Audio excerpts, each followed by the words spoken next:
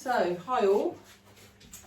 I've been waiting all day to go in here and it's really cold now because my husband's been at work and I wanted him to be part of this and he can see what's been going on.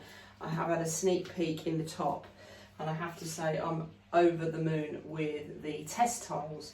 So let's give it an opening and we'll have a look. What I might do then is bring the camera over and we can have a look. Let me just tip that. Hold on a moment.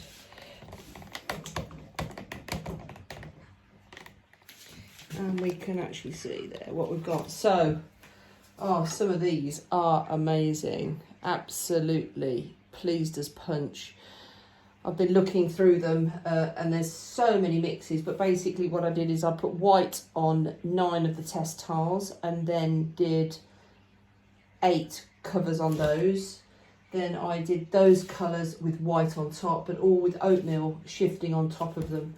So my colours are Iron Luster, Smoky Merlot, Textured Turquoise, Indigo Float, Blue Rutile, Seaweed, Snow, Oatmeal, Rainforest and Ancient Copper. Now we had a little chat earlier about Ancient Copper, how was that going to react? And as you can see on Ancient Copper, the Ancient Copper is not shifting, it's showing up the marks and the cuts out that I made really well. On the back I have the Ancient Copper and then the Oatmeal, but you can sort of see. But I'm going to go through these test tiles properly with a proper video showing everybody what I've done.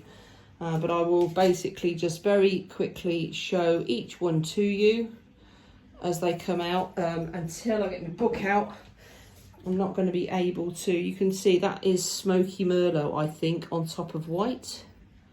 So what I did is I had the colour on all of them, and I did oatmeal as a blob on the front here. And then I did oatmeal over the whole of the back on this section, so it's painted on.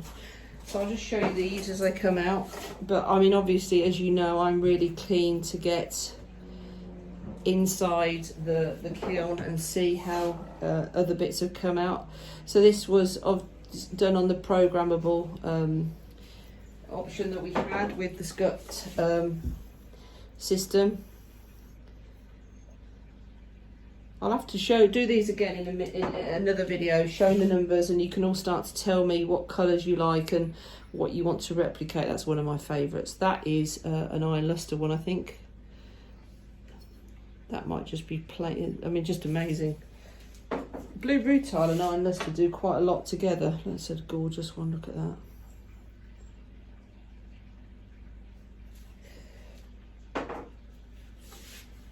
Some of them are very similar, and it's interesting to see what oatmeal does on the top. But what's really interesting, so for example, this is straightforward Rainforest Celadon. It's one of my favourites. I do the mugs in that, and then I've put the oatmeal on, and then you can see, if I find the right one, that will be the Rainforest on white. Not really doing a lot. But then if you see the Rainforest white snow on top of the Rainforest, can you see that lovely texture we're getting here? Another one that cropped up today was oatmeal. I've never used oatmeal on its own. So this one here is oatmeal on its own.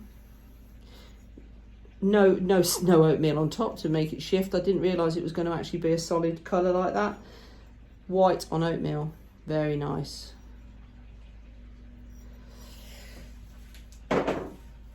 Oh, and then a new glaze to me, Indigo Float. Look at that. There's the Indigo Float ones.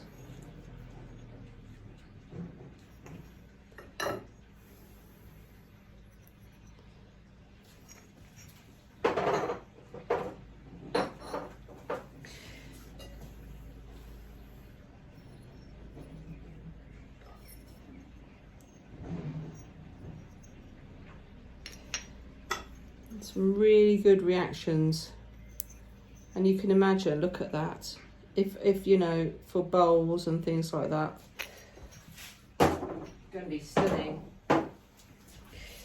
Another Merlot one.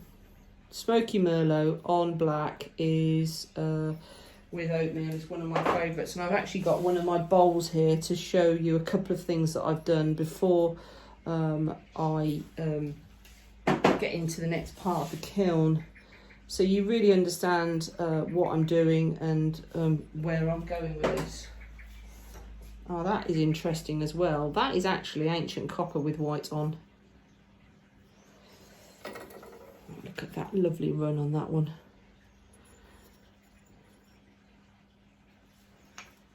And that's ancient copper on white.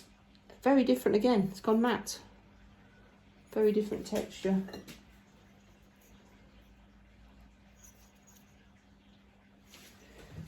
Anton is waiting patiently to see what the bowls on the inside are going to be like. We're nearly finished now. Last few.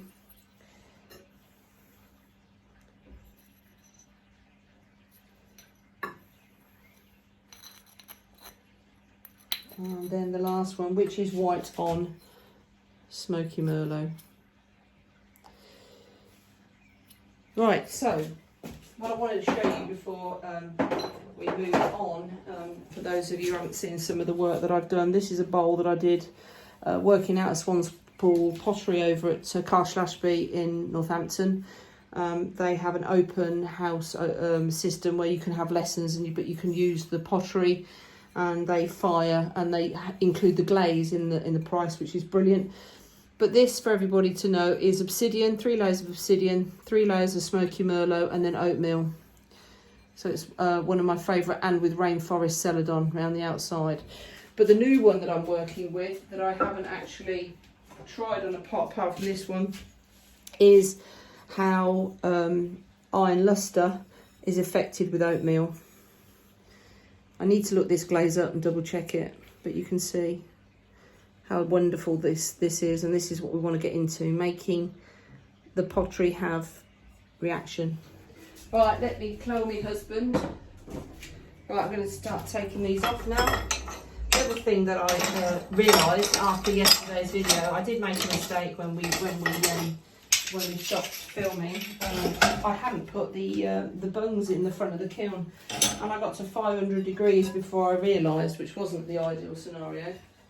And there is my cones, my test tiles, my cones. So this would be the 7, which is hotter, which didn't bend as much. There would be my 5.5 that is actually just over curling. So that's good news. Okay, let's have a look. Are we ready? Let's just bring that so that we can actually, can't get it to go. Annie, could you possibly, oh, it don't matter, I'll lift them up. We're not quite high enough to see the actual, there we go. Nice, nice, nice, nice. That's very nice. That is oatmeal. This is a different clay. This is a clay that I got from Pot Clays, a white clay that they sent me as a test piece. This was a hand-built bowl that I did while we were on furlough or at home with COVID. Oh, no. And this is the Indigo float with oatmeal in, which is really nice colour. That's beautiful. Right. Then I tried, interesting, Indigo float with white on the inside, with oatmeal around the rim and thick oatmeal outside. That's really, I don't know where the green, interesting. Interesting that the green is sitting in the lines that I did.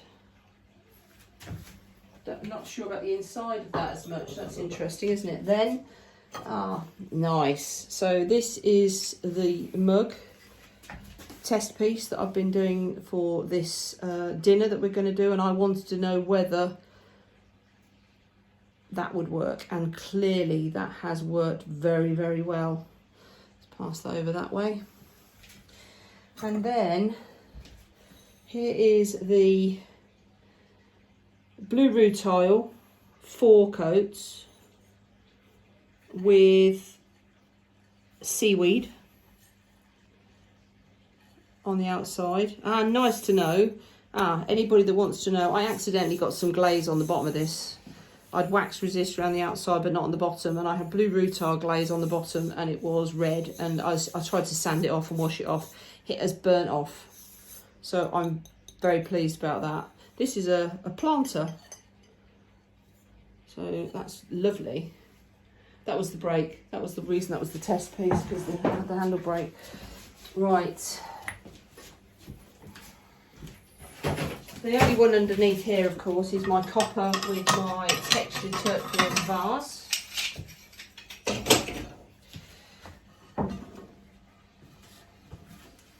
Oh, let's have a look at that.